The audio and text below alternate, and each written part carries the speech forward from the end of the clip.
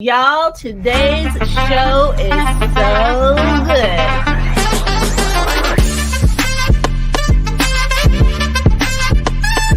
But number one, I've never seen an intro like that.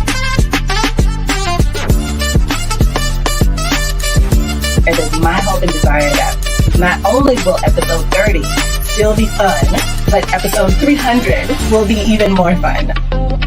You were made for something great, so go and be awesome.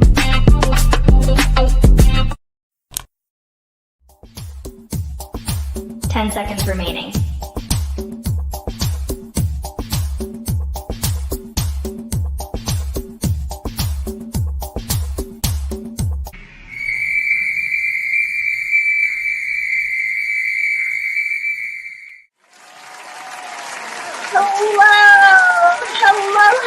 Hello, and welcome to the show. My name is Renee Hastings, and I'm your host of Renee Speaks. Y'all, today's show is going to be so fantastic, and partly because of our amazing sponsor, Wilbron. Wilbron is Alabama's premier public relations firm. If y'all have any needs for public relations services, be sure to hit them up at www.wilbron.com. Y'all, our guests today are so fantastic. With June being Man Month in honor of Father's Day, we are so excited about having every single episode in June feature men who have influenced our lives and impacted our communities. And today's show is absolutely no different. Today's first guest that I'm going to introduce is Quentin Florence. And Dr. Quentin Florence is the co-founder and chief investment officer at Coplanar Capital, LLC. And he brings over 2 decades of biotechnology expertise to his role. He leads the Black Men's Health Tech Fund, focusing on innovative solutions for health disparities, with contributions to Alzheimer's research, and as host of the DR Dialogue podcast, Dr. Florence drives conversations on health equity. Y'all, put your hands together for Dr. Quentin Florence. Hey, how you doing, Renee? Thank you. Good to see you. Thank you for joining. Yes, no problem. Thank you for having me. Absolutely. I'm going to introduce our next guest, who is Bobby Malone. Bobby is a seasoned entrepreneur of over 30 years as president of Clubhouse Services, Inc., serving the multifamily industry across 4 southeastern states. Beyond business, Bobby mentors at his local church and co-founded the Christian Family Aid Alliance, supporting orphan children and rural communities.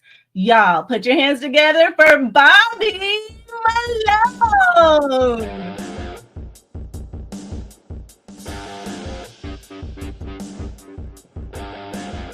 Hey, Bobby. Hey, hello, Renee. I love the bumper music there. That's all right.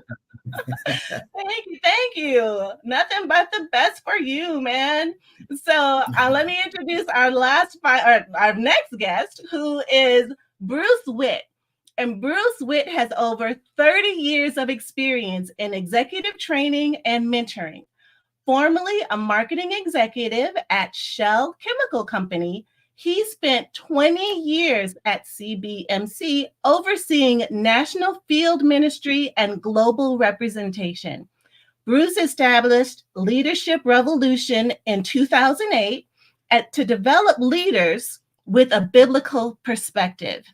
He also assists business owners in connecting strategy to execution through the exceptional execution system, driving profit growth within 120 days. Y'all, put your hands together for Bruce Witt. Great to be here.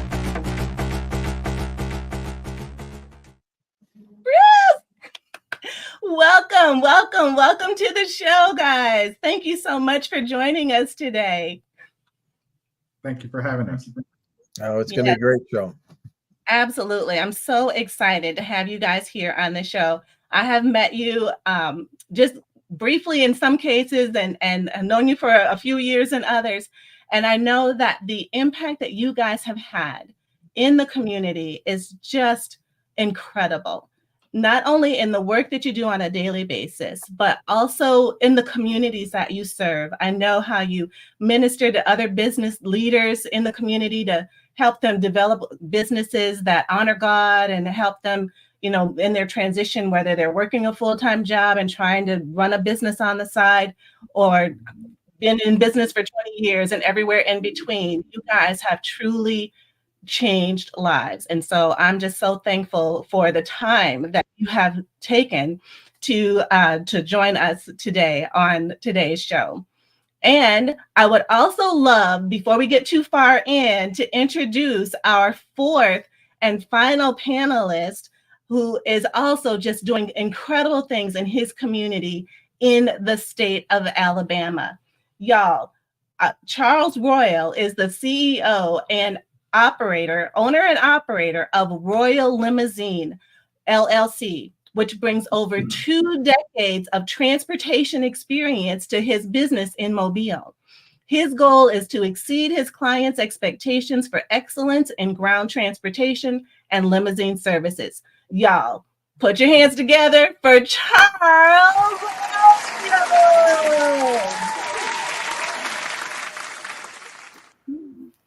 Hey, Charles. Hey, how are you?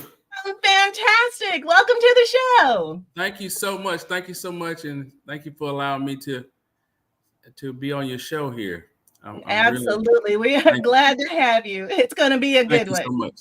Yes, thank you. Sure thing. So one of the things I want to do first is to give each of you an opportunity to tell us a little bit about yourself. And we'll just kind of go ahead and get started. Quentin, you want to just go ahead and jump in and tell us a little bit about you and who you are and your thoughts about today's show?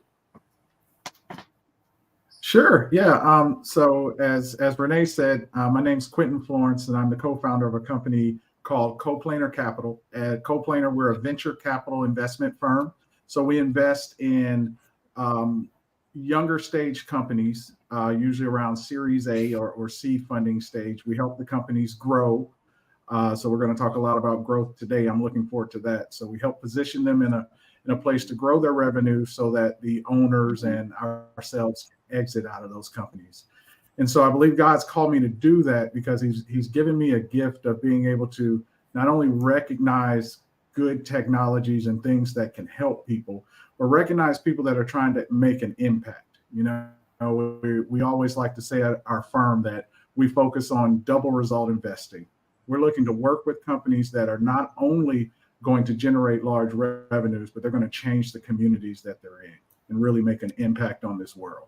And so that's a little bit about me. I'm looking forward to answering questions and discussing things further. Excellent. Thank you so much, Quentin. I appreciate that and just love the work that you do and so grateful for what you do because of the impact that it is having in so many different communities. So our next person, how about Bobby? Tell us a little bit about you.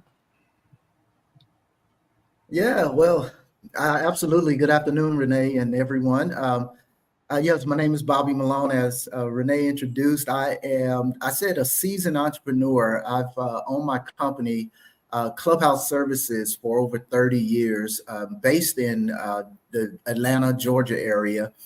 And I have transitioned into, I guess, some different callings. And one of my passions now, because I've been an entrepreneur so long, is helping young and newer entrepreneurs kind of find their footing, but most importantly, have a clear understanding of why they're doing what they are doing, having a purpose behind their work. And part of my journey was with my wife, Victoria.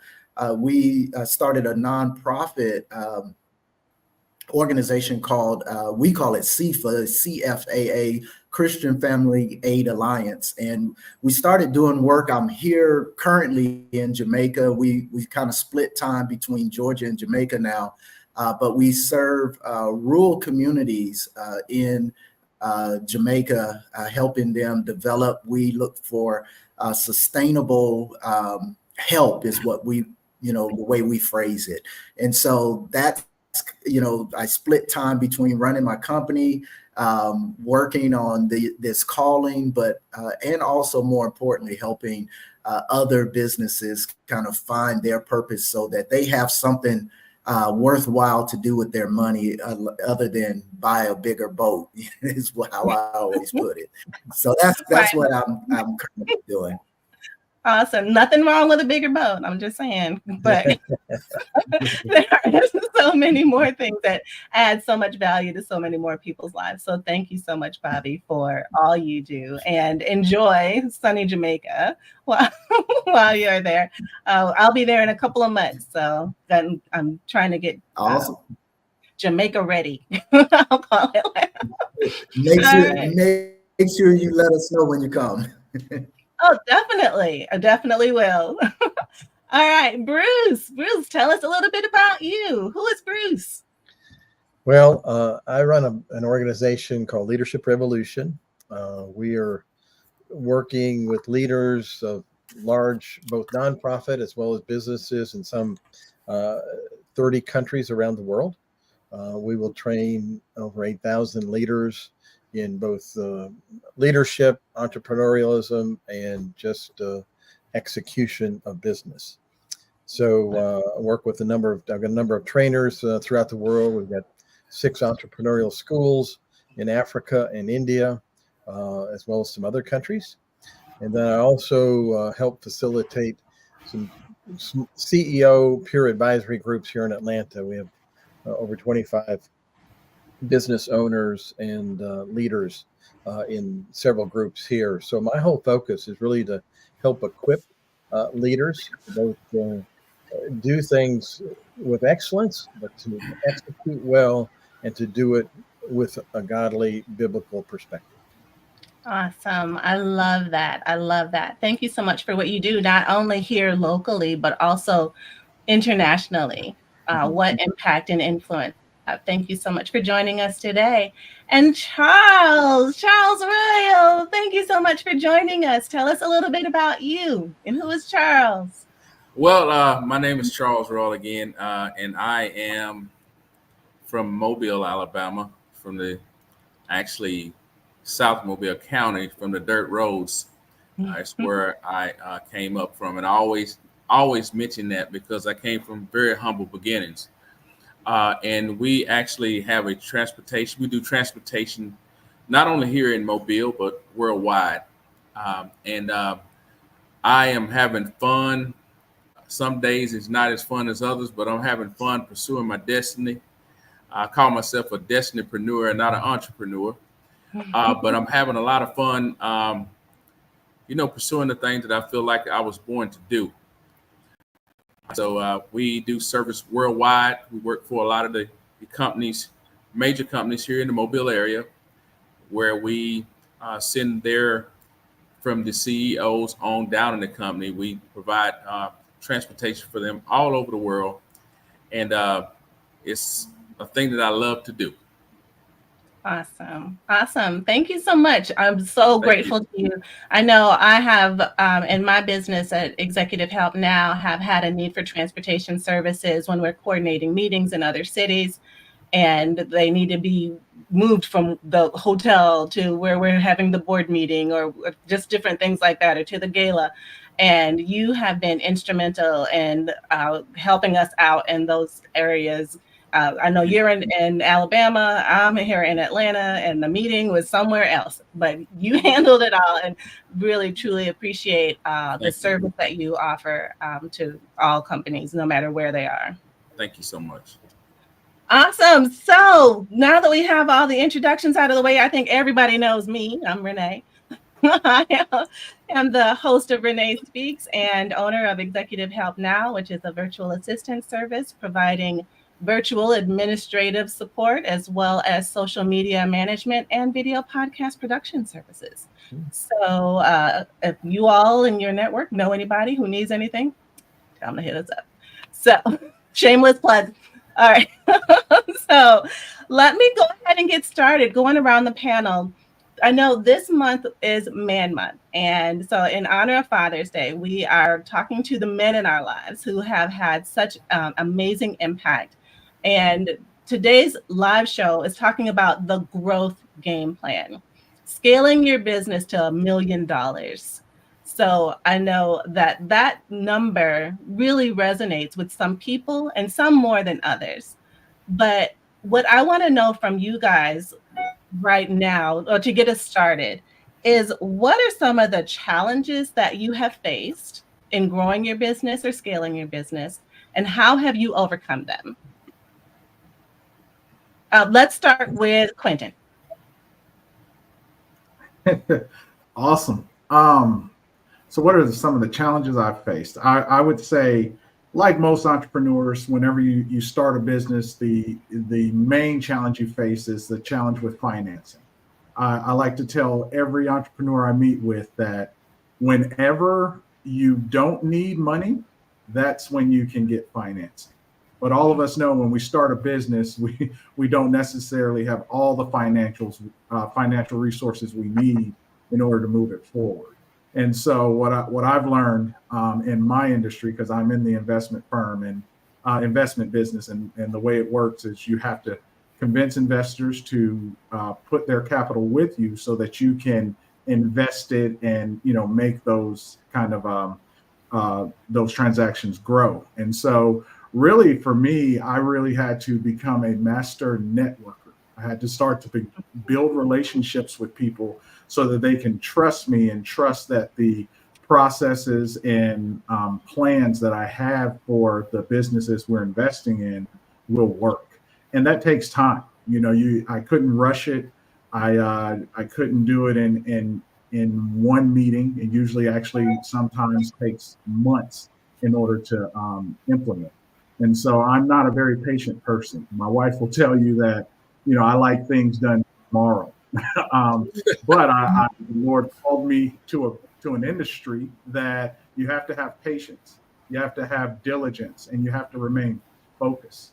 And so, each day I just turned it into a building block.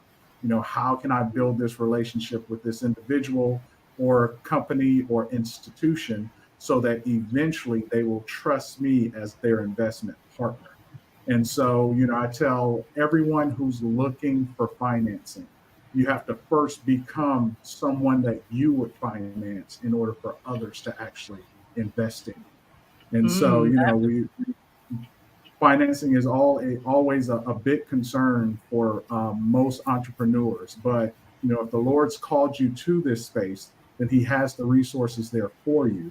You just make sure you prepare yourself so that you're ready, and don't focus on the results, focus on the process of preparing yourself, because that process will lead to the results you want.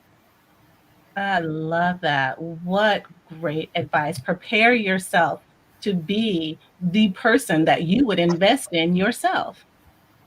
Yep. That just makes perfect sense. I love that. And it is a process. And I love how you said when you don't need the money is when you need to be applying for the money.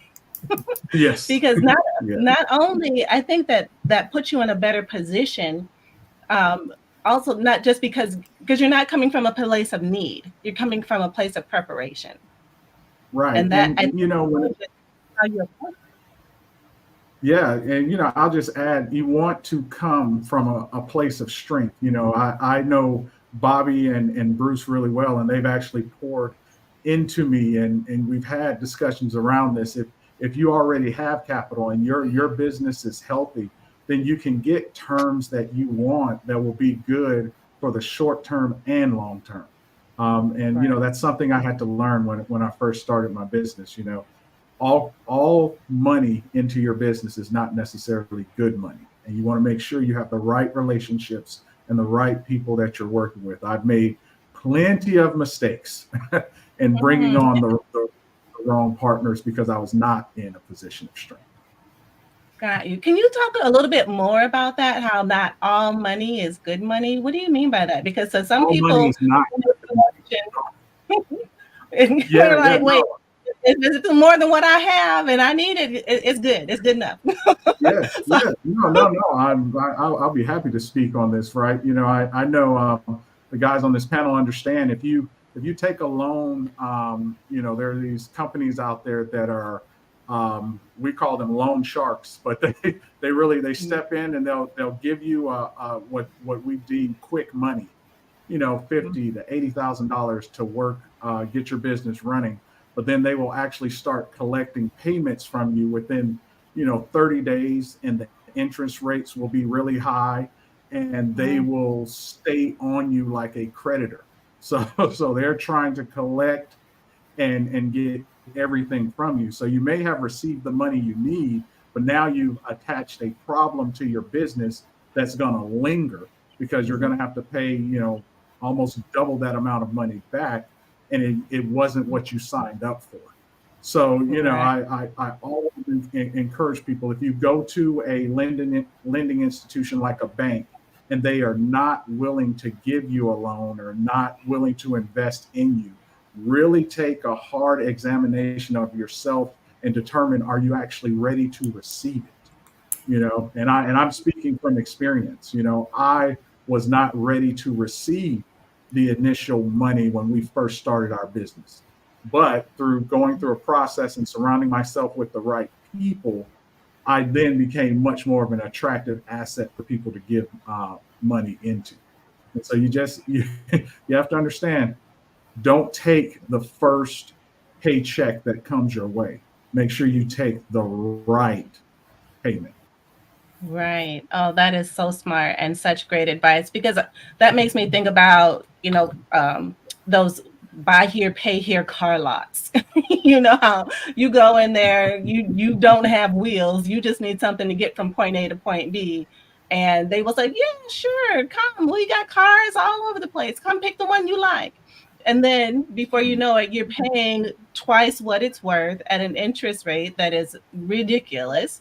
And you never actually get out of debt. And you end up, it's just a vicious cycle. It's just a vicious cycle. Snowball. So Yep. yeah, snowballs. So, and I love how you said that you have to have you have to be ready to receive. That's some mind work to me. It's like you have to know, if not everybody gets $50,000 every day. And if you're a shopper, is that, what are you going to do with $50,000? It's immediately deposited into you. The investor that you're working with will be able to recognize that and identify that you are not ready. You are not the person who's ready to be the recipient of these kinds of funds. That sound right? Yep, that is correct. Yeah, absolutely. Awesome. And how about you, Bobby? What are some challenges that you faced as you were building your business, and how did you overcome them?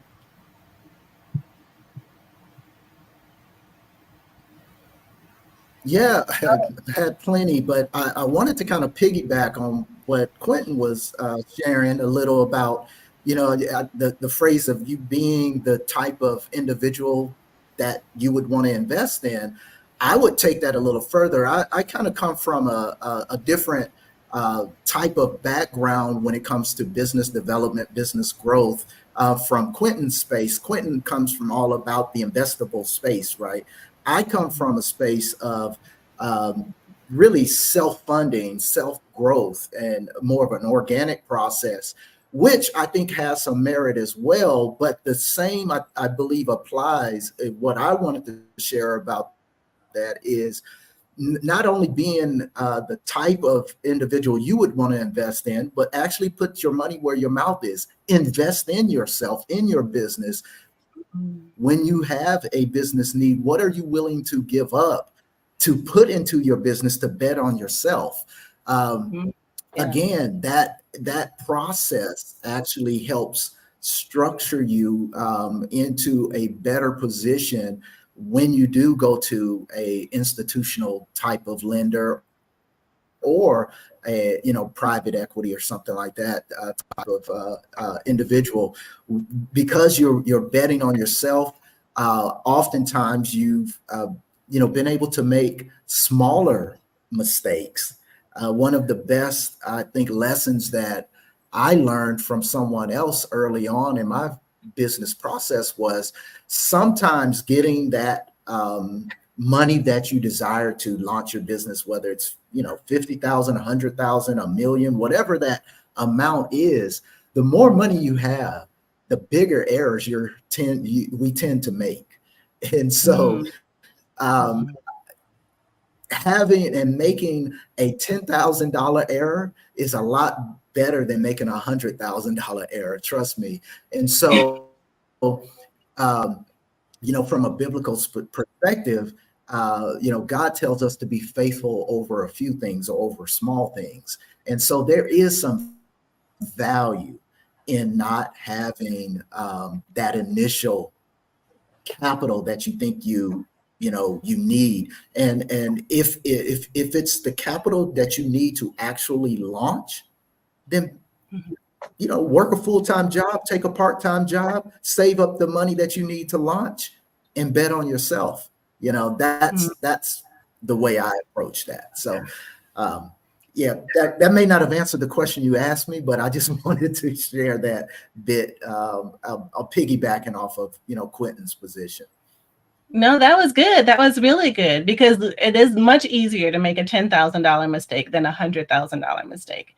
And when you bet on yourself and you do what it takes to get some skin in the game, then you are more likely to take better care of it, to be a better, make sure the funds are being used wisely. Yeah. Like with every single dollar, it don't matter how big or small, that you have to be responsible with all of it.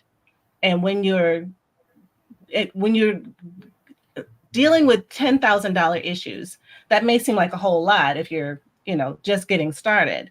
But once you've gotten started and your business is getting, stabilized and it's growing and things like that, it's in that building of handling the $10,000 responsibly that you're able to then handle the $100,000 responsibly. That's what it sounds like you said. That's all right. Absolutely. And you appreciate it when someone like Dr. Quentin comes in and gives you $100,000. You appreciate that it takes a lot to get that kind of money, so you're not as frivolous with it, or you shouldn't be. Yeah. Exactly. And then piggybacking off of what Bobby said, whenever we examine a business, we expect that you've already invested in yourself. We will not do business with you or invest in you if you haven't shown that you've kind of put skin in the game yourself. Because we've learned that entrepreneurs that have gotten all of their capital from outside, they do not value capital the same as those that have had to put their own at risk. So I completely agree with what Bobby said. So. Awesome. Those are some golden nuggets right there. Bet on yourself, put your own skin in the game, and that makes you more attractive to a potential investor. So awesome. So Charles, what are some things challenges that you have faced in building and scaling your business, and how have you overcome them? Oh man, do you have enough time to hear all of that? There have been numerous challenges that I've had being in business. I heard someone once say something. They said, think about it. The next time you have bacon and eggs, the chicken was involved, but the pig was committed. The problem is most people don't want to be committed to the business, and you have to be committed no matter what. If you don't make any mistakes, then you really ain't doing nothing. You're really not doing anything. That's you're talking about skin in the game. That's mistakes. And you have to put everything you have into it. I know I came up very humbly in business. I've done I haven't ever had any investors because when I was young in business, I went seeking for investors, and like Brother Quentin say, hey, you got to be ready for that. And you're not ready, you'll know quickly, because those who you seek to invest in you, They will tell you no very quickly. So you have to know that when you have that no, that doesn't mean that you should stop. When you have that no, you have to keep going. And that's basically what I did. I had to figure out what was it that I was doing wrong. And I was doing a lot wrong, and trying to learn. It's almost like in golf, you try to cure the slice where it is in business. You have to try to cure the things that are wrong in business also. Financially, I had to find out what I was doing wrong. I had to learn how to invest more into the infrastructure of my business with, whether that been bringing in the right people to help me with my business, like Renee. Renee came in and she's been very instrumental in trying to get me on track. But she whooped me real hard for the first year, I believe. She whooped me real hard, but there was things that I needed. It helped me tremendously because she took a lot of the weight off of me from doing the work that she does for my business. I didn't have to worry about doing it. I could just call in or send her an email and say, hey, Renee, can you do this, this, and this? And so the thing is delegating authority to the right people is very important in business also. But I've had so many challenges, and I had to just learn how to, like Brother Quentin say, all money ain't good money, because sometimes it's better for you to just keep grinding at it yourself and taking great advice from like the other gentlemen who are proven that are on the panel today, taking great advice from them. And that's how I think that you grow in business. But hey, I love it because the harder it get, the harder you have to get if you want to survive, if you want to maintain, if you want to have a viable business. When things get tough, you have to get tough too. So that's just the way that it works. I love that. Love it. Because you find out what you're made of, like Bobby was talking about. You find out what you were truly made of when you were doing it yourself. You are putting in the time, you're putting in the work, you're putting in the effort, you're putting in the money yourself. You know what you find out quickly what you are made of, and you just get stronger when the going gets tough.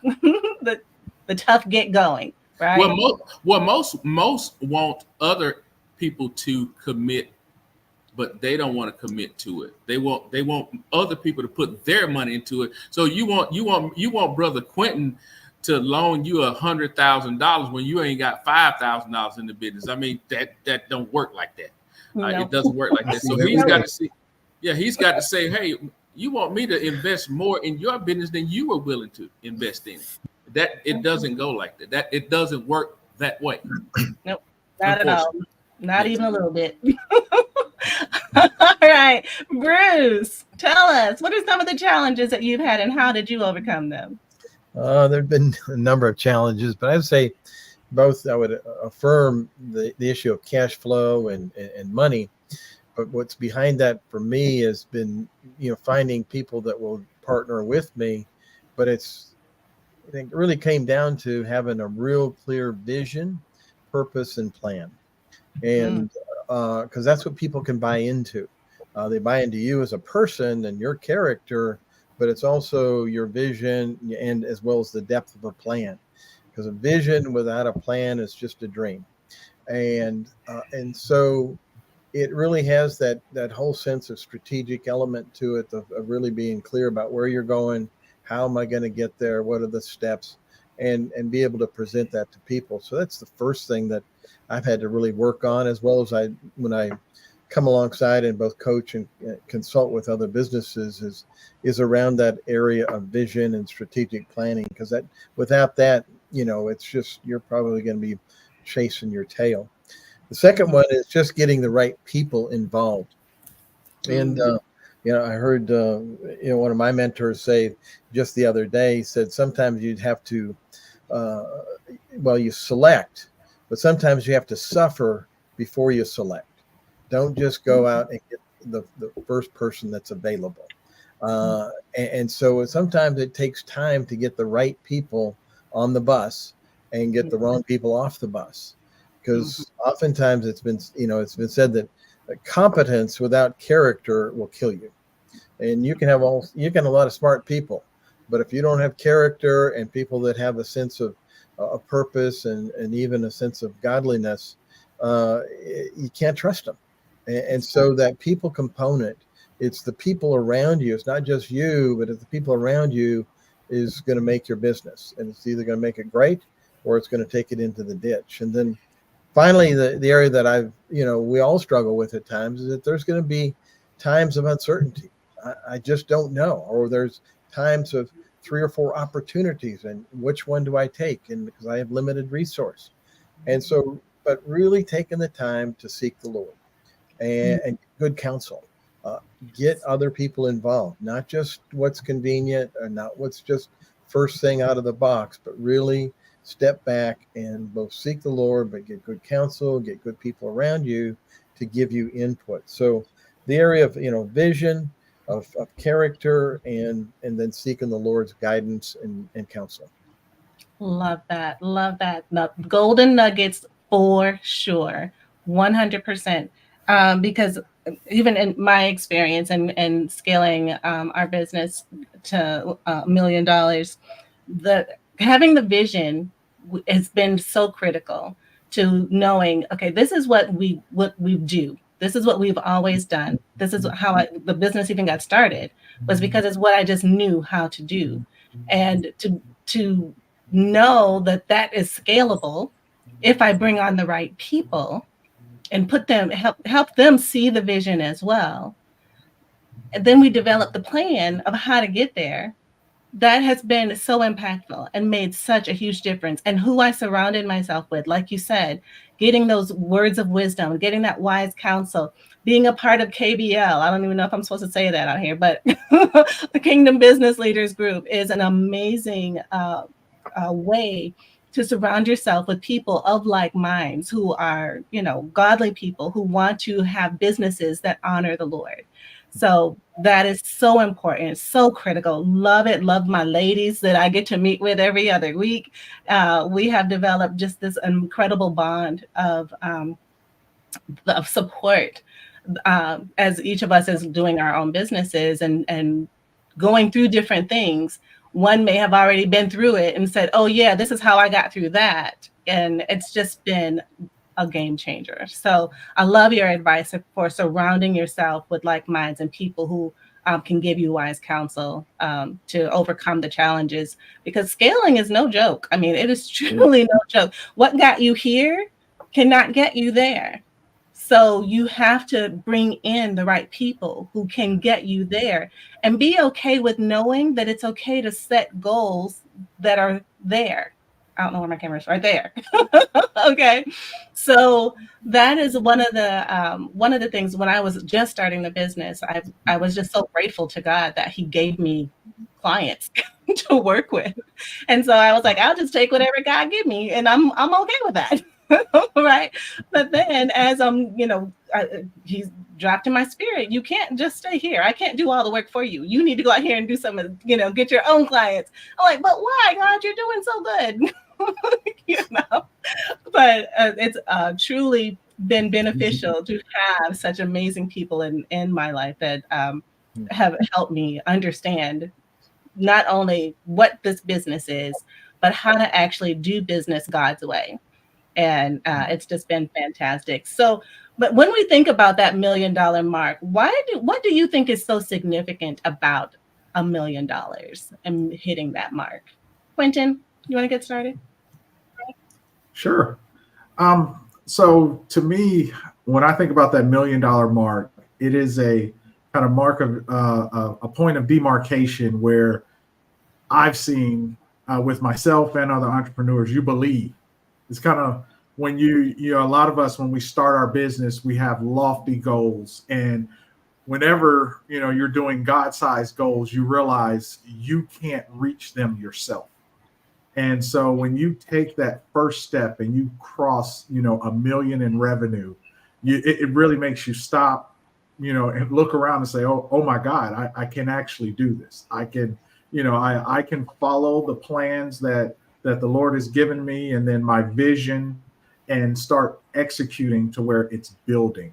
And when you reach $1 million in revenue, I like to tell people, everyone starts to listen to you. right? People think you're serious and you know what you're doing, but every guy on here will tell you we're all trying to figure it out every day. Like, I have situations that pop up every day, and that's still the case. But it's kind of like when you see $1 million in revenue, okay, it's actually working, it's going. So for your psyche, it shows you that you're stepping the right way. And then I think for your influence and for individuals around you, that the world will term your business a success. When you've reached a $1 million in revenue. Now we all know that doesn't necessarily mean that it's a success, because you have to look at what is your net revenue, what does it cost to actually run your business. There are all kind of challenges, as we've all pointed out, that happens once you get to $1 million in revenue. But $1 million in revenue means you're actually have a functioning business, and you're growing, and you're going where towards your vision that you want to get to.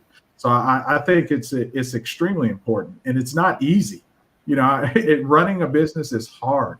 So any goalpost that we can set and reach that shows us we're headed the right way only makes it easier on us, our families, and as you build out your staff, the staff as well. Because if they see the growth, then they can keep getting behind your vision and going where you need to go. So I think having that goalpost of, hey, I'm going to reach $1 million in revenue is extremely important, and never give up until you get there, and then go beyond. Excellent. What great advice. And I completely agree. And we have a comment from Lucy, who says that she's hoping to reach her first $1 million soon. All right, Lucy. Good. That is so fantastic, because it is so significant. Like you said, when you reach your first $1 million, it's like you become an authority and people start to listen. So absolutely. Great job, Lucy, and definitely keep up the great work. Bobby, how about you? Why is reaching $1 million significant? Uh-oh, did we lose Bobby? Oh, here he is. Can you hear me? Okay. All right. Yeah, it kind of dropped off for a second, but I think what makes the $1 million mark significant is that it kind of I think indicates to you as an entrepreneur that that a couple of things. One, that you need others for sure to maintain, and also it indicates that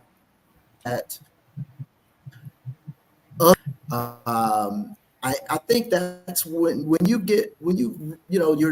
you set the goal, like, oh, I want this business to do $1 million by year, whatever. It's kind of a theoretical, abstract type of goal, but when you really start marching toward that, as you march toward that $1 million mark, you begin realizing that you have to develop people, you have to build teams out, you have to put processes and structures in place, and you're doing all these things. And when you hit it, you go, man, there's a lot of families relying on me or us to do things right, because now it's not, and I'm speaking out of my space of a service business, and I believe, Charles probably can relate to this, as he's kind of in a service space as well. It may be a little different if you are selling, $10 million helicopters, and it's just you and a couple of, and an assistant, and you make, several $100,000 commission, off of one sale. That may be a little different process. But when you're in this a service space, and it takes a lot of things going right to hit that $1 million. And so I think that $1 million mark kind of it's an indicator that you have a lot of people working with you and dependent on you. Yes, that part. That when you come to that realization, and that can happen at 100,000 and 200,000, but really when you get to that $1 million mark, so many people are relying on you. They got whole families to feed. I mean, whole communities to serve. I mean, there's so much impact that is riding on you making right decisions, getting surrounded by the right people, putting in place the right processes, all of the things that Bobby just talked about. It's so important and so significant. So I definitely get that and can completely understand. And Bruce, how about you? What's significant about reaching $1 million in revenue? Well, I think I would just reinforce what Quentin and Bobby said. It really both it's a mark of, one, you believe in yourself, but also other people believe in you. So it establishes credibility, establishes a sense of you have hit certain goals. I think it also it helps. Success breeds success, and if you are successful, it's going to attract other people that are successful. But if you're always just kind of limping along, trying to put a Band-Aid on it, trying to kind of bootstrap it forward, you're not going to attract the best people. And so when you do that, it not only says something about you and solidifies your credibility, it also is going to set you up for future attracting, good people. And again, that sense of believing in yourself, you probably overcome that whole idea of the imposter syndrome. You kind of think it, but you don't really believe in yourself. Well, no, if you hit it, you've made a mark. And so it says something about you, and that allows you to then have go from survival to sustainability to scale. Absolutely, 100%. Absolutely love that. And because there's so many, I think especially women who might feel that imposter syndrome. Like, how do I know I'm really doing well? How do I know if I really am, having an impact? You hit this $1 million. Yes, ma'am. You are. You're no longer an imposter. You know a thing or two, and you can walk in that authority. So I love that. And Charles, I want to come back to you, but we do have a question in the chat that I would like to share with this panel before we get too far gone. And Daily Movement Web Shop wants to know, when you have two businesses that are not doing well, is it best to let go of one and focus on the other? And how do you decide which one to continue? Would either one of you like to address that for our audience? That's a great question. It is. If I may start on that. Absolutely, please.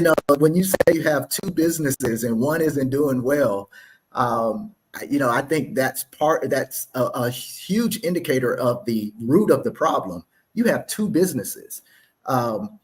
Unlike children where we can choose to have them and, or we don't really choose to have them. Sometimes you have children and, but with businesses, you can choose to have a business. And so much energy and it takes so much focus that, I think you really need to decide which one of these businesses you really feel called into and put your energy there, because at some point neither one of them is going to do well. They're going to get to a place where you can only handle and manage and develop, grow them. That it's different if you buy existing businesses and they have structures in place, but if you're trying to develop two businesses, that's probably your biggest problem.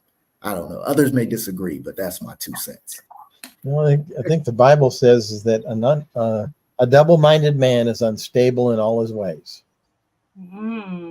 Yes. Amen. That's hard. No, I agree. Go ahead, Charles. I'm sorry, Quentin. I personally don't believe myself. I don't believe there's anything wrong with having two businesses. But here lies the problem.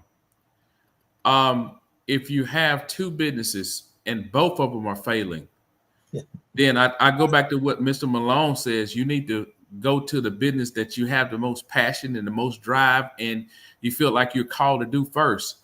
I know when I'm on the plane, I always remember that the stewardess always tell you, in case of cabin decompression, that the masks are going to fall from the ceiling.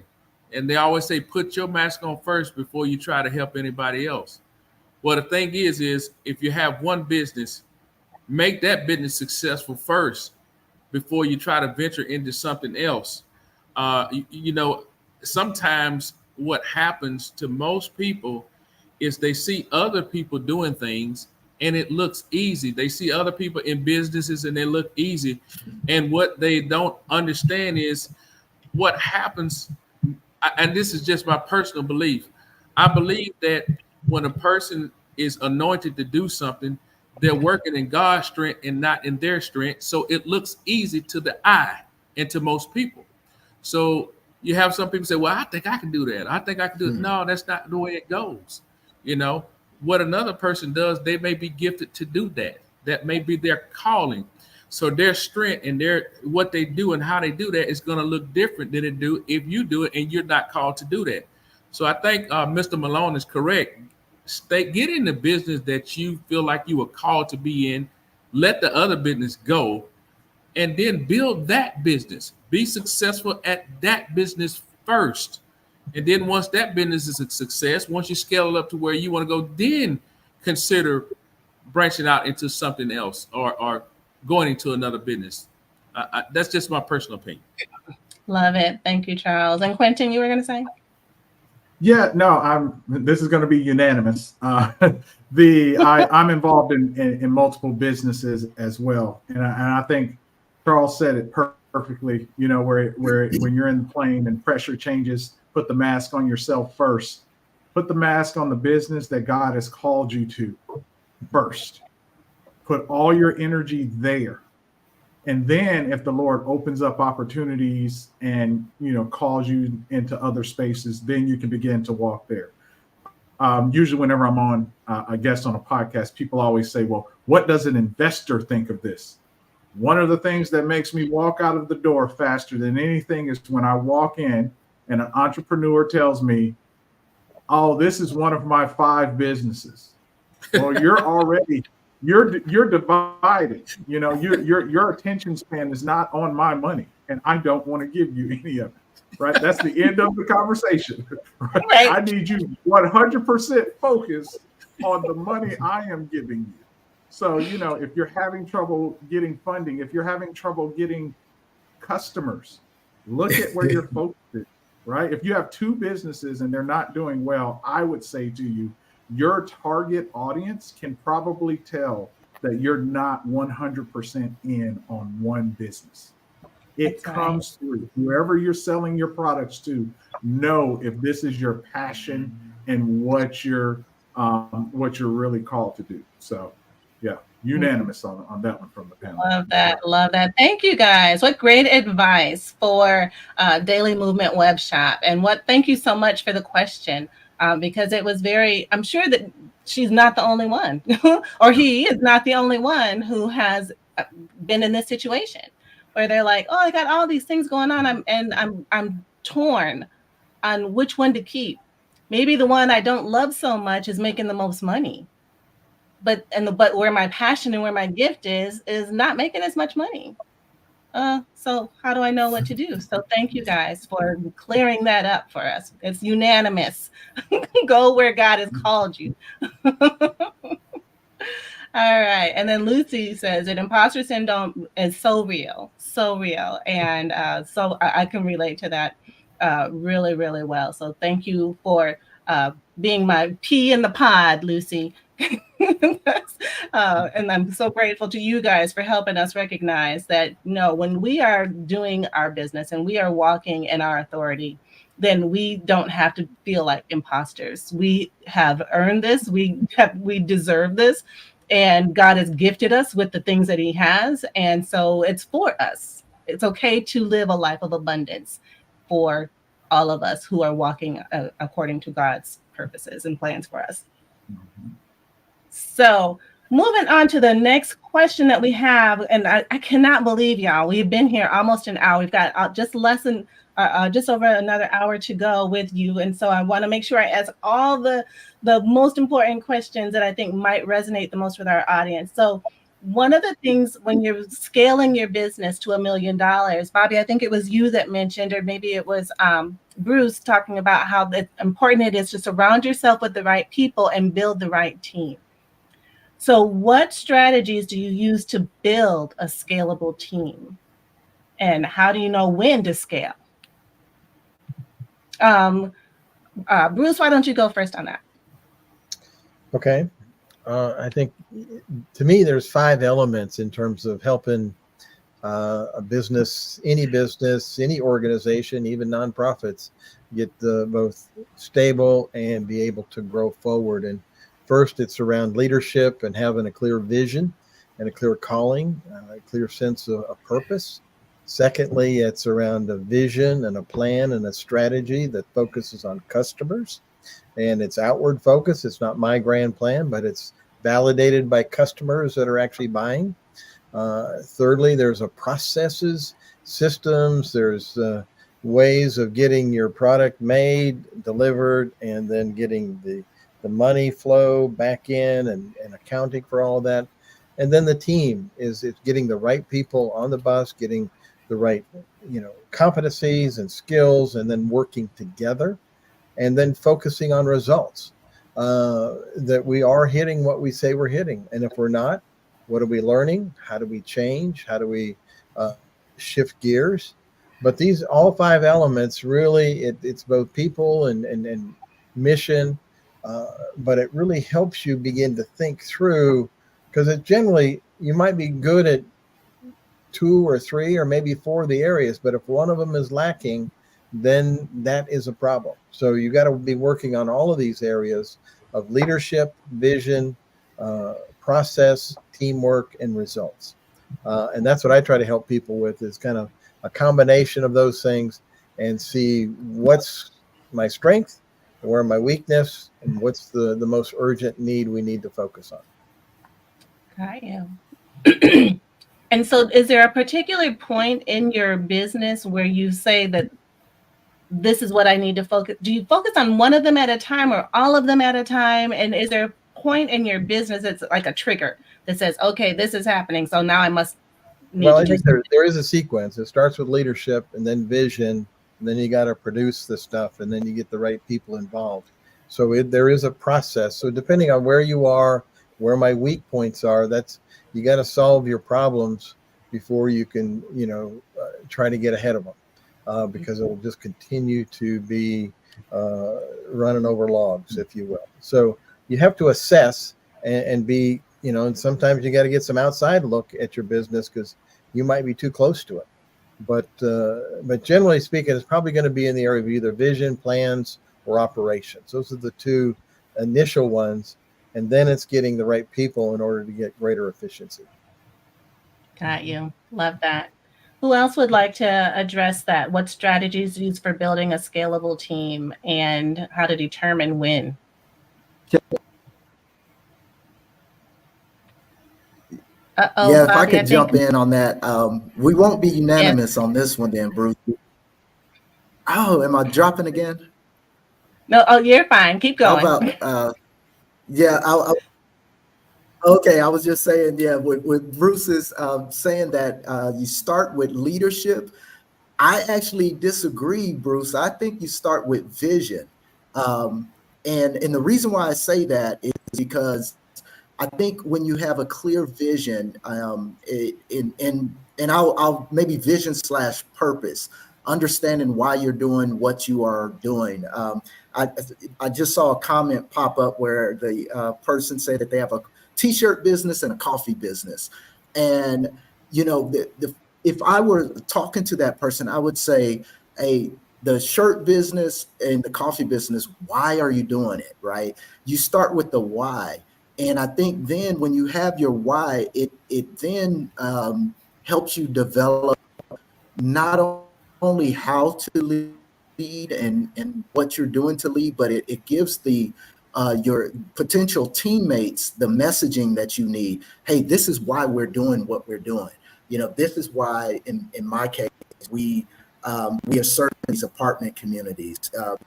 In Charles' case, this is why we provide transportation. It's a why behind it, and that helps you when we're talking about building up a team and scaling.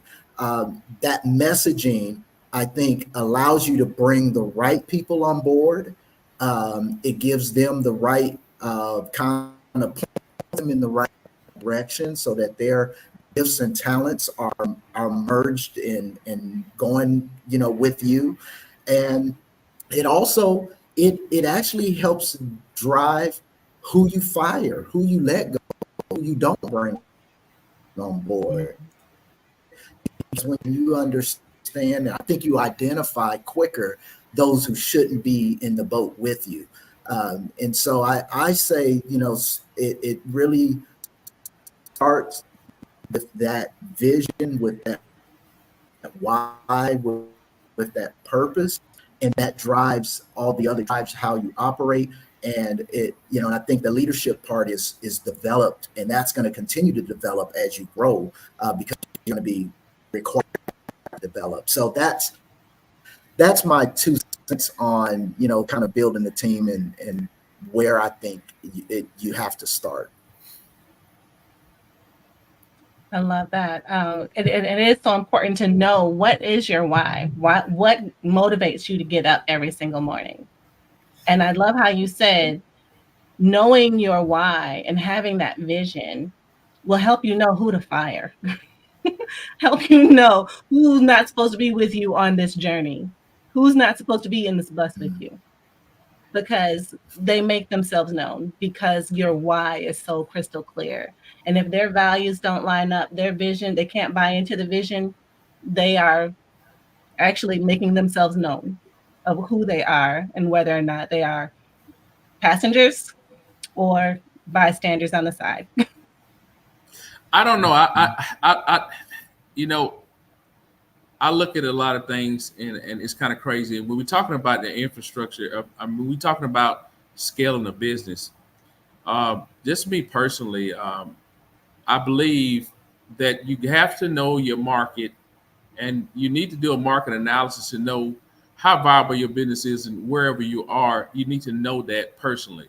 As far as the scaling, I think your infrastructure dictates how quickly that you could go to $1 million. $1 million was a word that was for years was just, we know if you made $1 million that you've made it. You made $1 million. But I think it's deeper than that. It's deeper than that. For me, it's what you have to become in the midst of trying to make the million. That's the most important.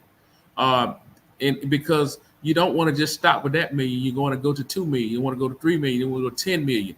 Well, some of those principles have to be established first before you can do that. But I think the infrastructure of your business means everything. What mechanism you put in place in order to launch you to the million, or launch you to 5 million. I know when I was in the Marine Corps, the first thing we did was we started running 5 miles. And I never understood why we started running 5 miles when our PFT test was only 3 miles. Well, we started running 5 miles because the thoughts of the leadership is that if you can run 5 miles, that you can always run 3 miles easier than you could run 5 miles. So, I mean, I just think it's the way that you look at it. Mr. Quentin, Mr. Bobby, and Mr. Bruce, they're all veterans when it comes to business. But if your infrastructure is not intact, that is the first thing that will stop you from going to the heights you want to go in business. It will hurt your business. It will cause you to not to be able to make the $1 million. You have to look at the margins, and it's so many things you have to look at. And I think all of these gentlemen can tell you this, but if your infrastructure is not there, it's going to be extremely hard to get the goals and the results that you're looking for. That's right. Yeah. Absolutely. And I think that, and further to that, so thank you, Charles, further to building the infrastructure, I think that also plays into what Bruce was saying, that part of that infrastructure needs to be people who can buy into the vision and be a part of your why, understand the why. So I think that all of you are kind of saying the same thing, just from different angles and perspectives. That sounds and well, you're going to get a lot of people in your business that may not be. So it's a difference in a person if they're in your business because they see your vision, they want to go forward with the business, than a person there to just get a paycheck. It's two different things. Two different things. And so out of your whole company, you may have maybe 2 or 3 people that really buy into your vision and say, hey, I want to see this thing grow. Everybody else is going to be about getting a paycheck at the end of the day. Mm-hmm. Yep, there will be those for sure. And Quentin, you were going to say? Yeah, no, I'm going to echo what everyone else says. Probably my where I see it, not different, but just to add on, every business, your inflection point of when you need to scale on and bring on more talent or hire additional people, it's going to be different.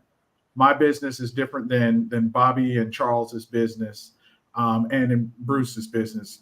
With what we do as an investment firm, we can go on a much longer runway because we have so many contractors we work with that do a lot of the services before we need to bring them in-house.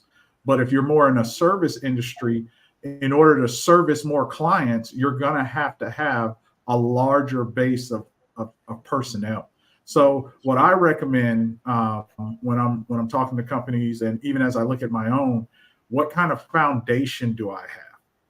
Because as Charles so eloquently put, if you don't have the right starting point, as you add others on, it's just going to be like a house of cards coming down. So like at Coplanar, when we're looking at people and looking at teams within our company and outside, we have these principles. We call it privet. We look at a person, what is their purpose? Why do they want to work with us? What is the purpose that they see? Does it align with our vision? Have they shown resilience in their professional life? What are the stories and that they can tell us and things that we know about them from looking into them that show that when there's a problem, they just don't run away. So, if you're hiring people and their resume says they change jobs every 3 months, may not be the best person to bring in, on your team. Then we look at insight. What type of insight do they have into our business and what we are doing? That, their experience, their connections, things that they have there. What are their values? We make no bones about it. The Lord called us to do Coplanar Capital. So we come with Christian values and purposes. We don't say that we are a Christian investment company. We are an investment company that is doing it God's way. That's kind of what we've been called to do. Then we look for do you have integrity? Do you do what you say you're going to do? It is getting harder and harder to find people that do what they say they're going to do. And we try to exemplify that as owners. And we want everyone we work with and those that are in our companies we invest in to exemplify that. And that ultimately leads to the biggest thing. We want to bring in people that we trust. And trust is something that is earned through all of the principles that I walked you through that are part of our model. So that's what we look for when we're scaling people. So I would say, sit down with the Lord, ask him to show you the characteristics of the people that he wants you to bring on your team, and put together a model like that, where you can say, does everyone I bring on my team exhibit these characteristics? Because if they don't, as we said earlier, it'll be much easier to let them go quickly. Yes. Amen. I love that. Thank y'all. Y'all just don't know how y'all are just touching my soul today with all this great advice.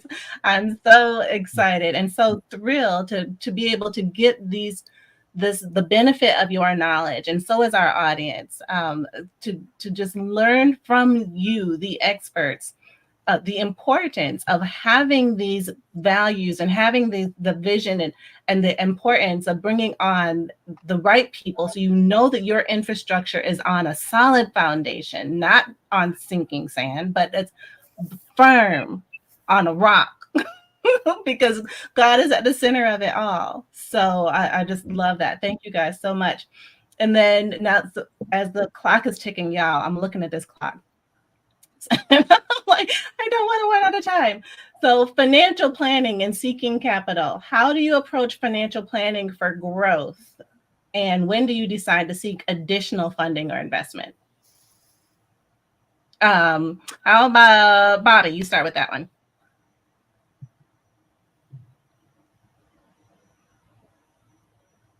Bobby is nodding his head. Bobby, can you hear? You know what? Every time you call my name, it chops up. I must be delayed really bad. It's okay. It's Jamaica. We'll give you a pass. I know it's the Caribbean time, man. Even the internet is not on time. I tell you. Right?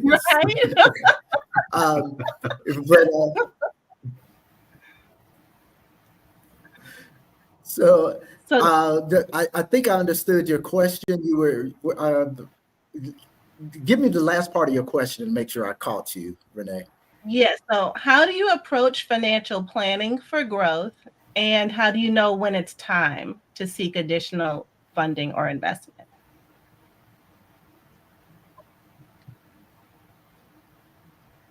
Well, again, it chopped up, but the planning for financial planning for growth, the big one for me is being a really good steward. And what I mean by that is, as you start to see success, as revenue coming into your business, not consuming everything that comes in. I think that's so important for young entrepreneurs. Is not being in this place of comparison, or being in this place of where you want to look like what you envision success to look like. That's so very, very important in the early days, because you may find yourself looking really good and spending money that you think is going to now come in forever.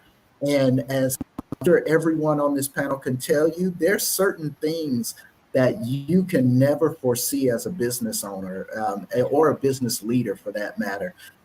And most of us, can just look back 4 years ago, and when COVID hit, nobody could plan for that. Nobody had that on their strategic planning models for the world to basically shut down. So financial planning for me is really, over my years, has been about being a really good steward, not spending or everything that we make. And so, the best way to not need to borrow money is to be able to stack up reserves on your own during the good times, during the harvest times, during the, when you get in those great contracts. Keep living the way you were living when you had no contracts, or were just scraping by. When that great contract finally comes in, keep scraping by. Put that money up. That will position you in the future, not only to be able to grow, to also be able to weather storms, and it will put you in a position to self-capitalize some of the things that you see your business needs in the future. And you won't hinder yourself by chasing after, you need capital to fund this new payroll or whatever the case may be, because you just hired 3 people and now you can't make payroll because you're waiting on revenues to come, invoices to be paid. But you have that in place. Takes stress off of you as a leader. It takes stress off your business. And if you continue that model, it helps you to grow in a place where you can self-manage your growth and be healthy as an organization. So that's my thoughts on that. So good. I love that advice, to keep on behaving financially as if you didn't have. So, I mean, it's okay to bring in the money, but when you get it, don't just spend it. Don't just have it come in and then just go right back out, but save it, keep it set aside. And then maybe you won't need people like Quentin to invest in the business because you've already set it aside. You've done, you.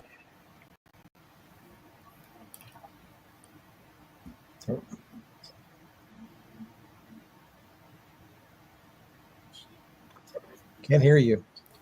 Yeah, Renee, we lost you. Yeah, we lost.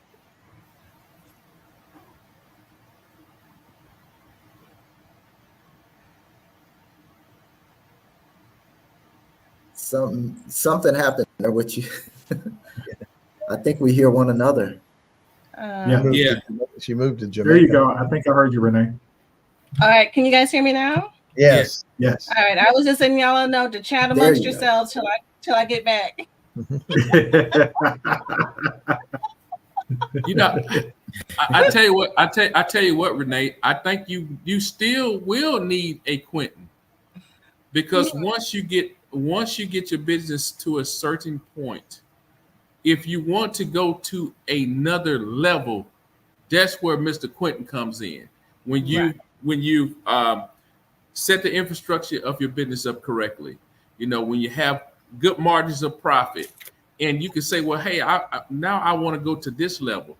Well, now here comes Mr. Quentin, who's the money man, and he's going to say, show me the money, right?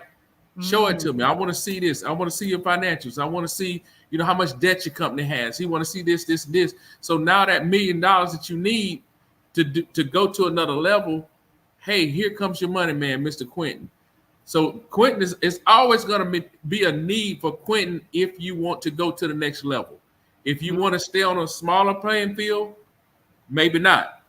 But there are certain there are levels in business, and when you want to reach those levels, Quentin is the man that you're going to want to see, because unfortunately, sometimes you can't save the resources that you need that quickly to get to where you want to go. So, but if you have a great business, if you have great financials, Mr. Quentin is one of those people who can come in and say, hey, I see what you got going on. I see your margins are great. I see you have your infrastructure is great in the business. And hey, I can see you making this. You need $1 million, and I can see that I can get my money back, because that's what Quentin's worried about. If he's going to loan you money, is he's got to see where he's going to be able to get his money back and make money. If he can't make money, there's no need to lend it. Right. Exactly. 100%. So good points. Yeah. Thank you. No, oh, go ahead, Bruce. I know. I was just going to say, I imagine Quentin has certain ratios and certain questions or certain thresholds that make sense that you're either ready for this loan or you're not, and don't get too far ahead of your skis. So I was going to say, Quentin, you're probably the man. He is the man. He is the man. I don't know about all that, but the first thing I would like to say is I appreciate you guys for not making the investment guy answer this question initially.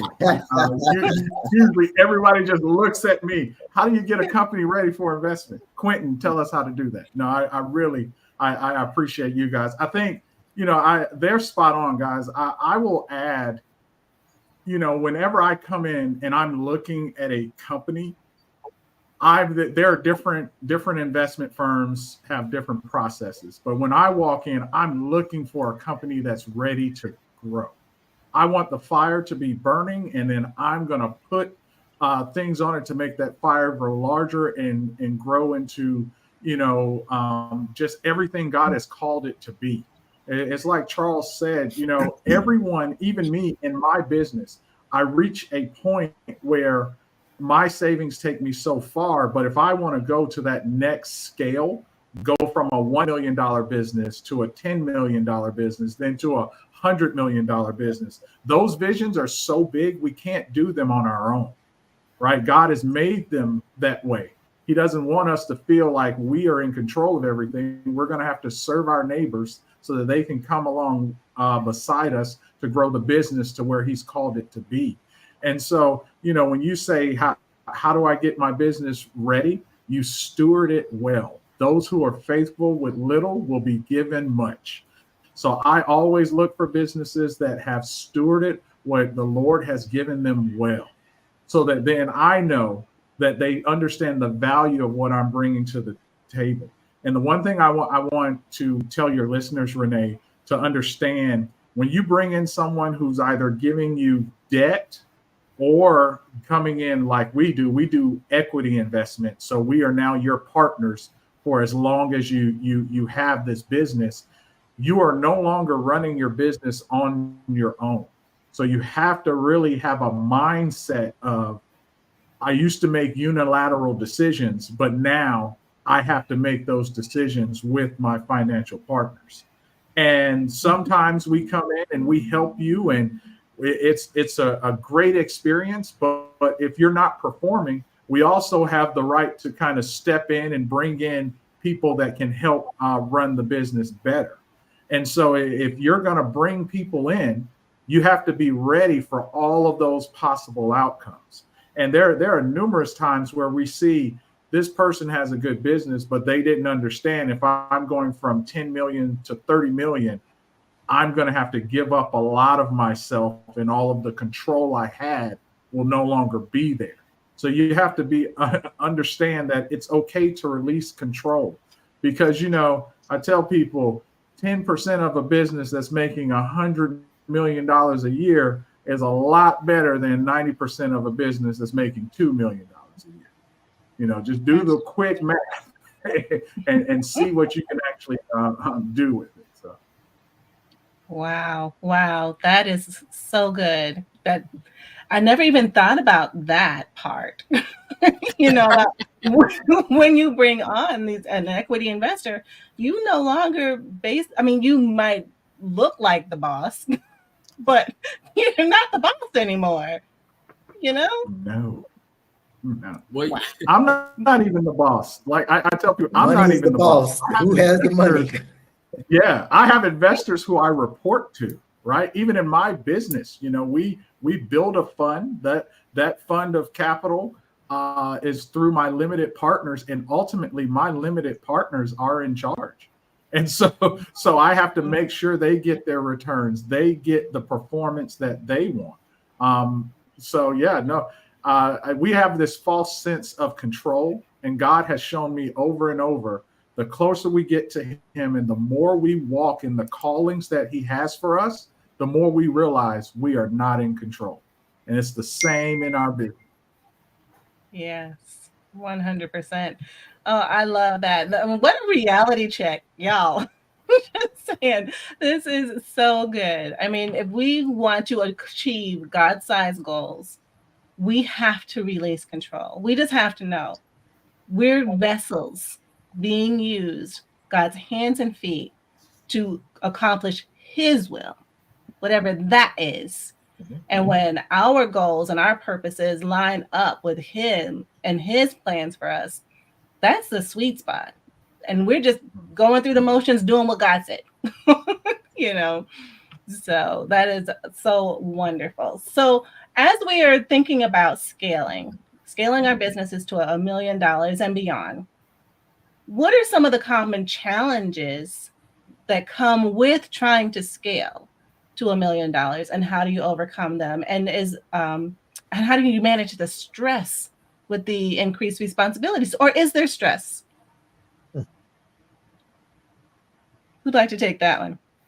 Well, I guess one of the things that would come into my mind is that there's this matrix of the urgent and the important. And one of the challenges of scaling is that you want to get there quicker than maybe is probably going to happen. But you're always fighting the urgent. And is it urgent and important, or is it important but not urgent? Don't fall into the trap of urgent and not important. Or it's not urgent, it's not important. You give those things away. So you really have to understand, if you can get too many things going, you can't do them all at once. So you really have to understand what's important. What are the things that are, I have to get done, but there's order and process and priorities. that you got to make sure that if you want to scale, there's certain things you got to do first in order to get to the next ones. You can't do everything at once. Right. Right. I love that. Anyone else? Yeah, that's good. That's Yeah, good. so When it comes to the stress and increased responsibilities, I'm sorry, am I talking over you? No, you're fine. Go ahead. When it comes to the increased, when it comes to the increased responsibilities and stress, one of the things that I found really helpful is truly not just in words saying that God is my partner, but behaving like God is my partner, and God is the actual boss. And so when I behave that like God is the boss, when there's things that aren't going well, or there's things happening out of my control, I can quickly identify if I'm trusting God is if I can't go to sleep. If I can't go to sleep at night, I'm not trusting that God, my partner, who is all powerful and all knowing, is actually in control, or am I still trying to maintain control? It goes back to that purpose, having that purpose behind, why I'm doing what I'm doing, because I can always look to God and go, you know what, God, I'm not going to be able to do this thing that you told me to do if you allow this XYZ to happen, or this failure to happen, or this thing to cause a failure. So it's liberating when you make God your partner, because you can literally cast your burdens on him, like put things on God, and like, God, if you don't, protect the business, I'm not going to be able to do this thing in Jamaica that you told me to do. So there, and I'm going to bed. And so it allows us to rest when we trust them. So that I think that's a really important for the audience to understand, and that it's not just saying God is a partner, but actually walking that out and then living it out by your behavior and your trust and your obedience. I love that. And then you sleep well. I love it good. I love it too, but it don't work like that for me. I can't talk for nobody else in on the panel. And for no disrespect, Bobby, I just think it's a part of an entrepreneur's DNA to is certain things that it's gonna make him stay up. It's gonna make him think. It's gonna make him have nights that he don't sleep as well. I just think that's an entrepreneur, period. But now that's just my perspective on it. I wish it was that smooth for me, but it's not. It's just certain things you're gonna worry about. Either way, it's just things you're gonna worry about. And I trust God, and I believe in God myself. And but I do believe that He gives us dreams for a reason. He gave us dreams for a reason, and sometimes those dreams will keep you up at night, especially when you haven't accomplished them yet. Sometimes things will keep you up. But now that's just my personal opinion on that situation there. Well, I definitely get that. Yeah. Go ahead. Who was that? No, was that I was going to say it was me. I don't know if I'm choppy, but it was Quentin. Can you hear me? Okay, thanks. Yep, go ahead. Yeah. Okay. What I was going to say when you said what are the challenges with scaling to $1 million, what we see with a lot of our businesses and even with my own, the challenges are not necessarily within the business. All of us have a plan. We all, and with our business, we dedicate a ton of time. We have a lot of people coming in to help. So normally when those challenges come up with our business, we're so focused on our business that we overcome them and we walk where we need to go. But my partner and I, we have a statement that we tell every single one of our entrepreneurs that we invest in. When the money shows up, things change. When the money shows up, things change. It's going to amplify It's going to show you every good part of you, but it's also going to amplify areas in your life where you have challenges. So the challenge that I want everybody who's listening here to understand is you have to find balance in your life as an entrepreneur. Because if you don't find it while you are going through the process of building your business to $1 million in revenue, once you get there and you're going from 1 million to 10 million and your responsibilities increase and your connections increase and your influence increases, it only becomes more challenging.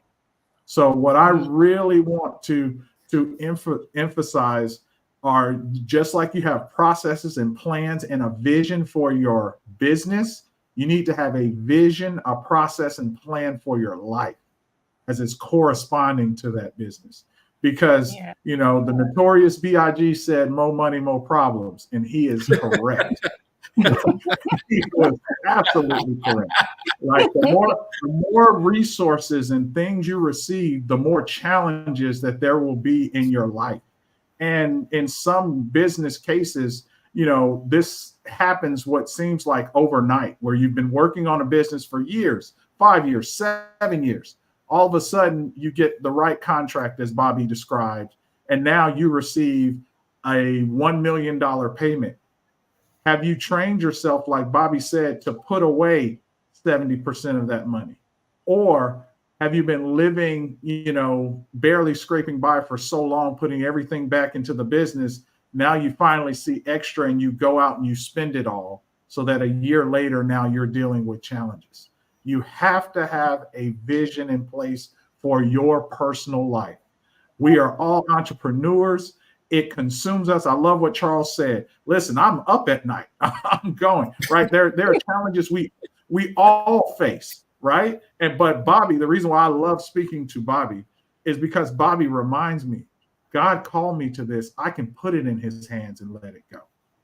When I'm sitting there and I'm spiraling out of control and I'm trying to figure it all out, I have to then go to, well, what's the plan for my life? The plan for my life is I am who God called me to be. And this business is going to be successful because he's going to make it successful. There's nothing I can do except for work it the way he's called me to work it in order to keep going. So the challenges, you know, that to all your listeners, believe it or not, majority of the challenges come in your personal life, your life separate from the business as it is growing. I have countless stories that I can tell you. When the money shows up, problems show up with it. Trust me. Wow. So good. So good. And that whole message will preach by itself. I'm gonna send you an offer from Quentin. That was definitely a good one. So Simone Blake has joined us. Simone, definitely good one. It was good. So Simone has a question, and she's joined the show. So thank you for joining, Simone. She says, as someone who gets anxious and stressed easily, would you say that the stress of scaling your business is worth it? Or would it be better to aim for a more stable and steadier path? Who would like to help out, Simone? Good. Well, I think there's always a question we have to listen. The same thing I ask every entrepreneur. The same thing I always ask is Simone, why are you doing what you're doing? Because if your why is bigger than you and your household, and you know, in other words, you know, are you doing your business because you want to provide for your family and you want to, you know, send your kids to better schools or give them a better future? All of that stuff is good, but you can do that working anywhere. It doesn't necessarily mean you have to have a business to do that. But here is what I say. If I always speak to business owners as going into business as a calling. For those of us who are called into business, like this is what we do, then it's a purpose that's bigger than you and your family. It's something that God has called you that's outside of yourself. And so for that, that's then the reason why you do your business. The other stuff, all those other things are added onto you. You're going to provide a legacy for your family. You're going to provide a better, a life for your household, and all of that stuff is added on to you. But God is calling you to do this thing for him, for his kingdom, for a bigger purpose. And so that's that's the thing that's going to be able to sustain you. Charles says, that, they're sleepless nights. Well, that there can be sleepless nights, but again, if you don't have anything bigger than you to lean on, to go, God, I can't do that thing you call me to do. If it fails, I'm going to bed, because now you can rest, because now it's on God to see his purpose and his vision through. But if it's only your purpose, you're right. You got to stay up all night with Charles and figure that thing out. I love it. Thank you, Bobby. And I'm just picking on Charles. I'm just playing. don't take me serious. No, but that's so true, though. But our why has to be bigger than just us four and no more. It has to be so much bigger that if it's going to be successful, the goal should be that have to be so successful that in order to get there, it's only gonna be God that gets it there. That's what we need to be thinking about. So if that's not where we are, if that's not our passion, if we're stressing about scaling the business, it's because we're trying to hold on to too much and not releasing it to God and allowing him to do his work through us.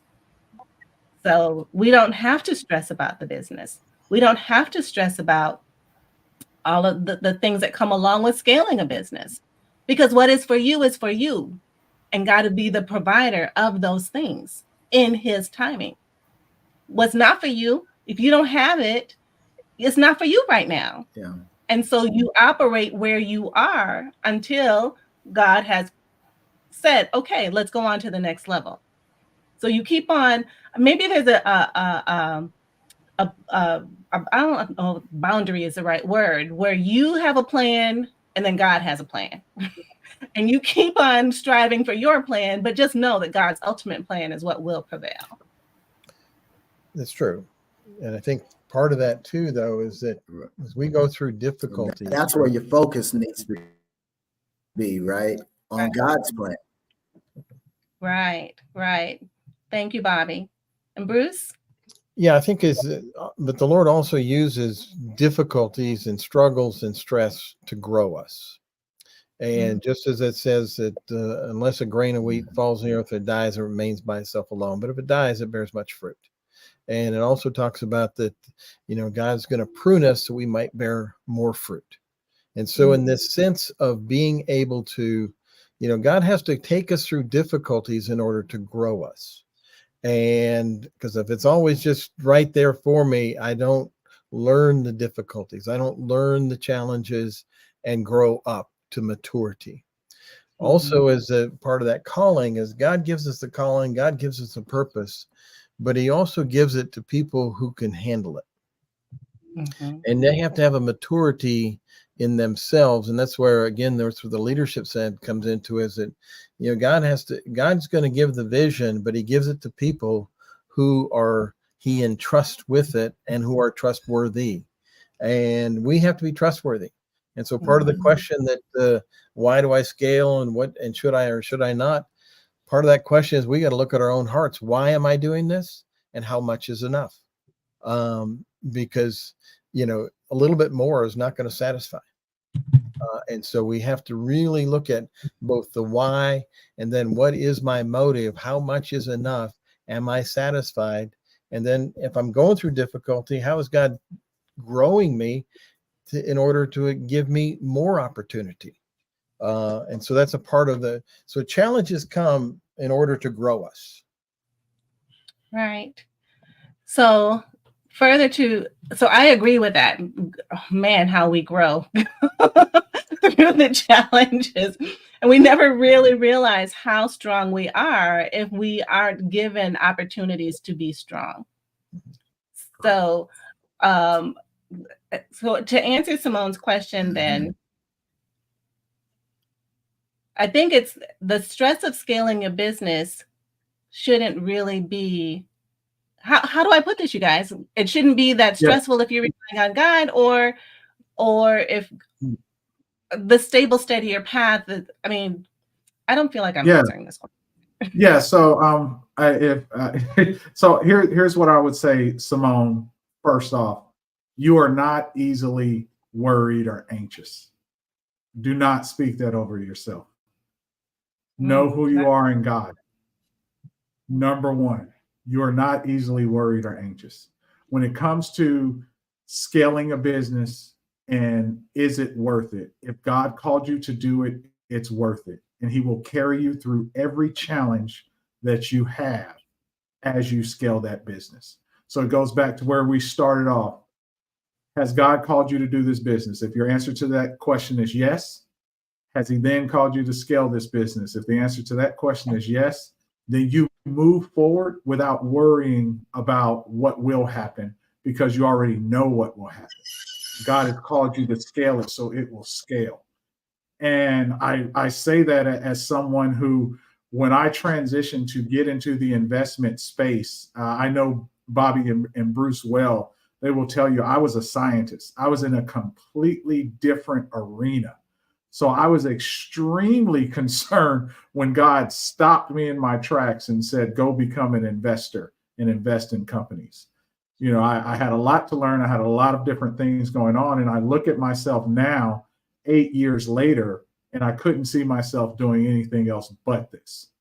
And so God had a plan, and he has carried me through every challenge. And the worrying that I did, now that I look back, it was pointless, because all I had to do was put my trust in God to keep going.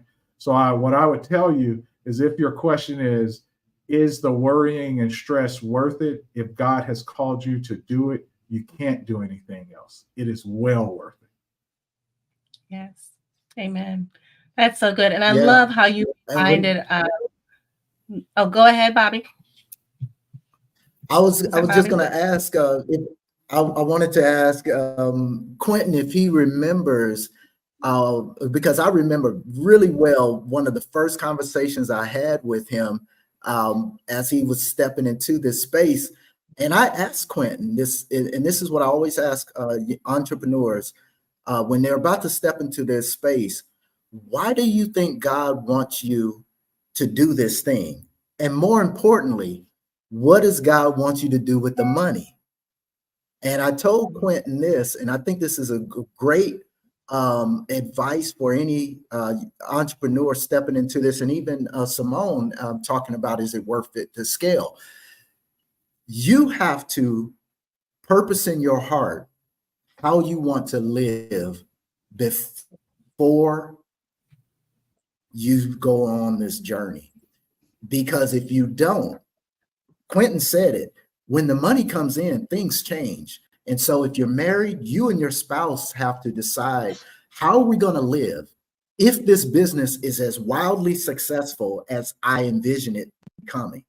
Because that goes back to your God reasoning, your God purpose, for doing the work, for doing it. And so if your God purpose is in place, then scaling the challenges that, Bruce talked about, you face challenge. God allows us to go through challenges so we can become, stronger and better. And he can get us to that next place. When I talk about being able to go to sleep in spite of problems, and sometimes really serious problems, I wasn't always there. I had sleepless nights. That was a growth process that I had to go through. So now I can say emphatically to others, listen, when God has said, Renee, I want you to do this thing here, because when the money comes in, I need you to use that money to do that thing over there. Now, when challenges come your way, you be like, God, I won't be able to do that thing over there unless you take care of this thing right here. So, it releases us from having to carry the weight of quote unquote success. and whatever that may look like. And so, I want, your listeners to really, if they take anything away, is to really know. And I think a whole nother discussion may be, how do you know if God is calling you into this space or not? That may be a whole nother topic or question that has to get answered. I love that. The weight of success. There is a weight of success. And if we try to carry it ourselves, we will fall every single time. We can't make it up the hill. We'll hardly get up an incline. We have got to put all of that on God and allow him to be the carrier and provider and supplier of every good thing that he has for us. So we can go to sleep at night, and because we trust him, because he said it and he can't lie. So I love that. So Simone, I hope that was helpful. Thank you so much for your question. And as the clock is winding down, y'all, I have one last thing I want to ask, and that is, what advice would you give to those aiming to hit $1 million in revenue for aspiring entrepreneurs?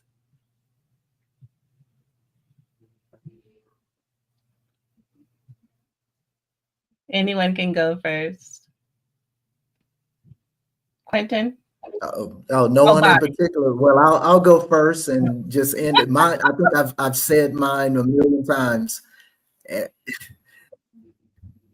it's, know why you're doing what you're doing. That's if God has called you, know what it is God is calling you to do and why he wants you to do it. And if you know that, everything else will fall in place.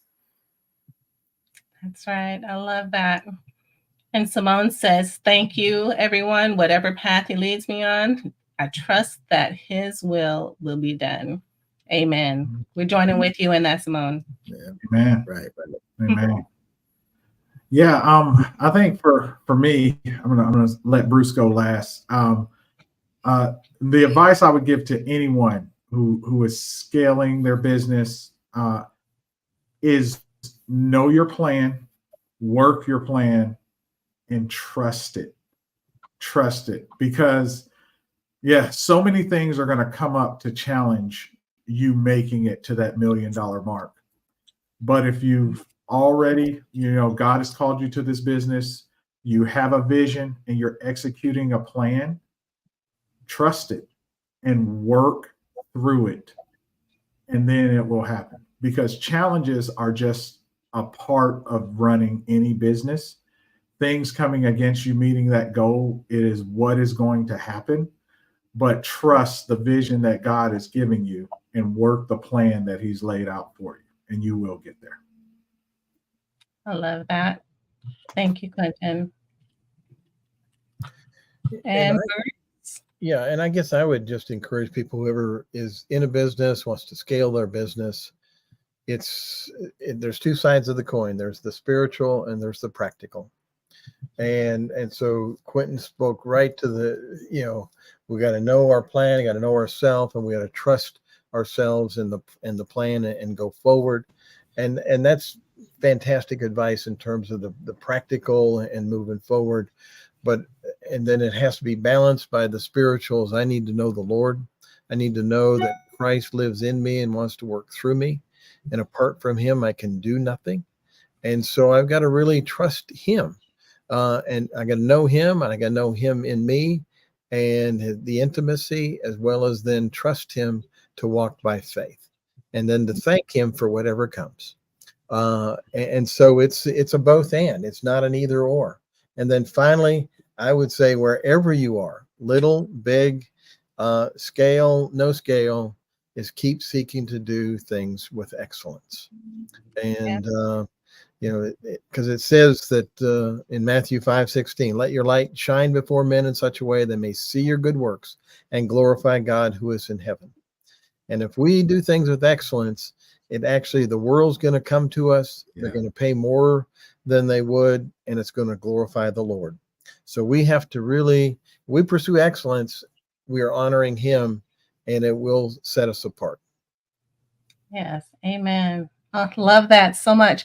And I think too, as you all were talking, I was taking it as I'm looking down like this, I'm taking notes, y'all. So one of the things that you said is that challenges are going to come, and we need to just trust the process, and that we can't grow. One of the things I've taken from this is that we can't grow in our trust without the challenges. So if we never had a challenge, then we would have no reason to trust, or no purpose for trusting. But when things come against us, when we have a client that has maybe been our number one client, and then all of a sudden they pull a rug out from under us, and then we no longer have that client, how are we going to respond to that?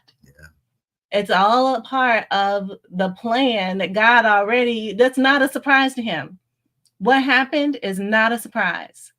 He's fully aware, and he may need to take that client out from underneath you so that you can learn to trust him more, because his plan may already be for you to get out of that comfort zone. Somebody here on the call talked about comfort zone.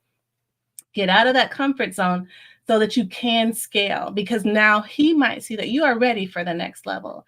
And so you need to trust him and trust the process as he is moving you to where he wants you to be in business. And then the other thing that stood out to me is how we need to thank him, even for the challenges.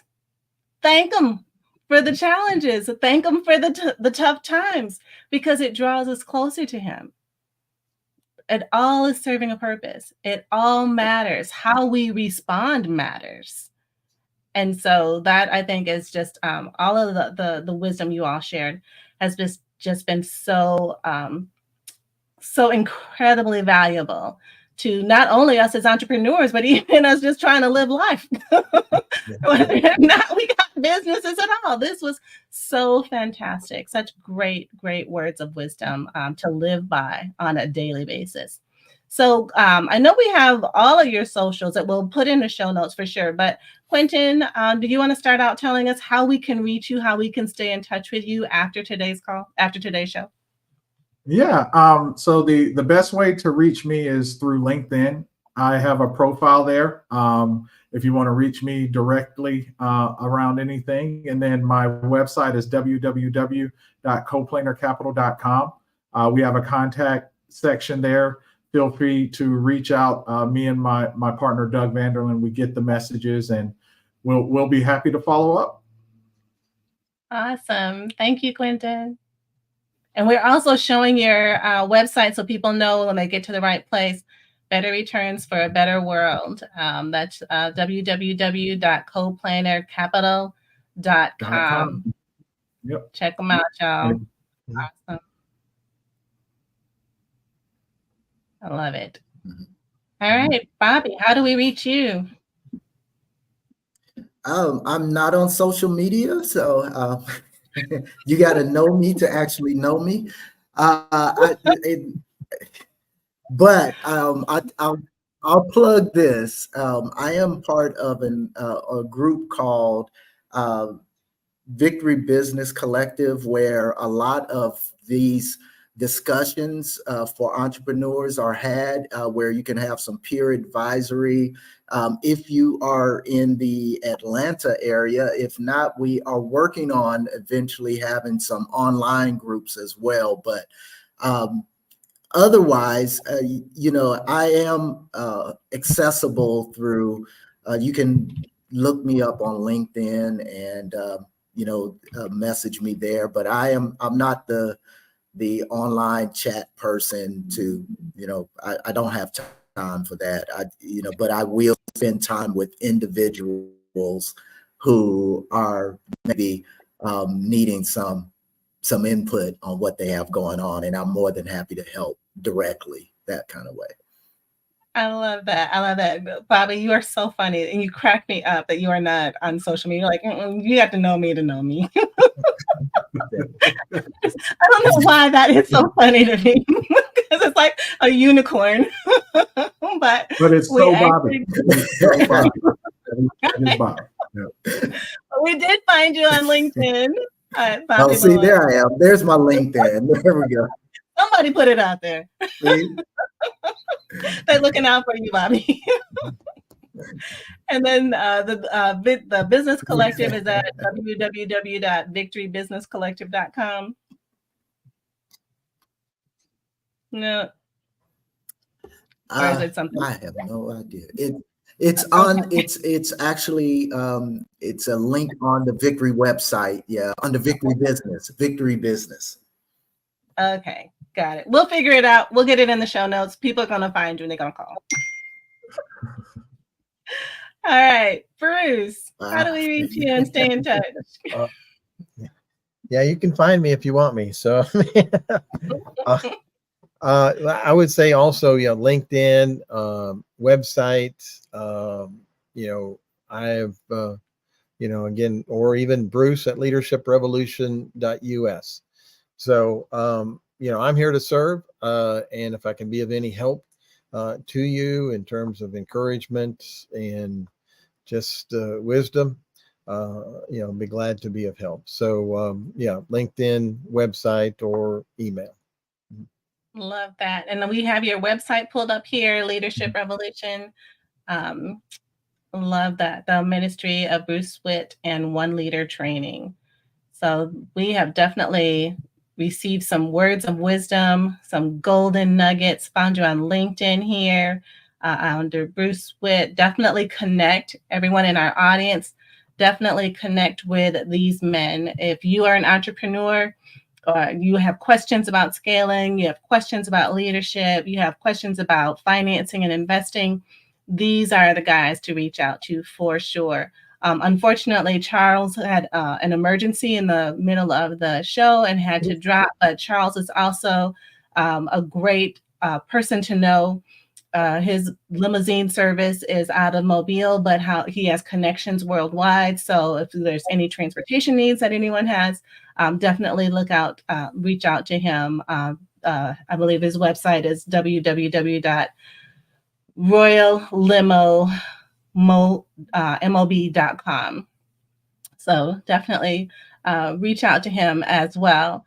So as we get ready to bring our session to a close, I just, again, want to thank you all for kicking off our Man Month in honor of Father's Day to help us get started on just some incredible episodes this month in terms of our business and how we're going to grow, and just the leadership advice that you've given, the entrepreneurial advice that you've given, helping us understand our relationship to our business and God's role in it has just been invaluable. Like I said before, all of you were made for something great. So go and be awesome.